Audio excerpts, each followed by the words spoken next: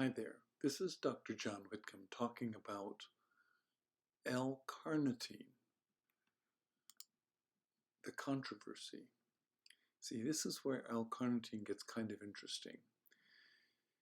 Recently, there's a study done in Nature Medicine saying that red meat, when you eat it, carnitine comes from carne, meat.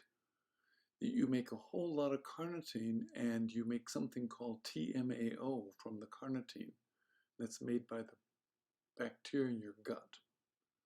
And TMAO is the hottest marker for developing coronary disease. Raises a big red flag. Maybe carnitine is dangerous for you. Sounds awful. Well, may not be the case. Science is more complicated than that. I say we've got 7 layers of science and we've only scratched the first layer or 2. We're just learning the names of all the enzymes in your body.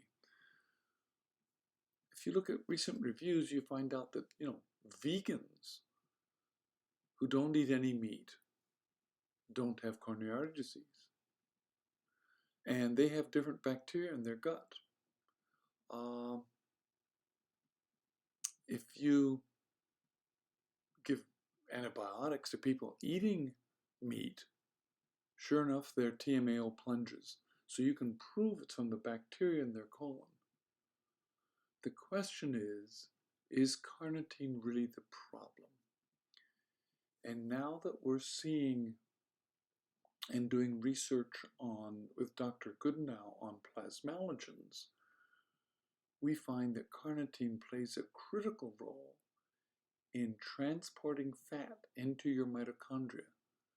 And without the carnitine, you can show that mitochondria are damaged, and you in fact have a profile that we can measure where you put the fats in the wrong place. Your mitochondria shift acetyl-CoA to making other fats that are problematic. And you can measure them.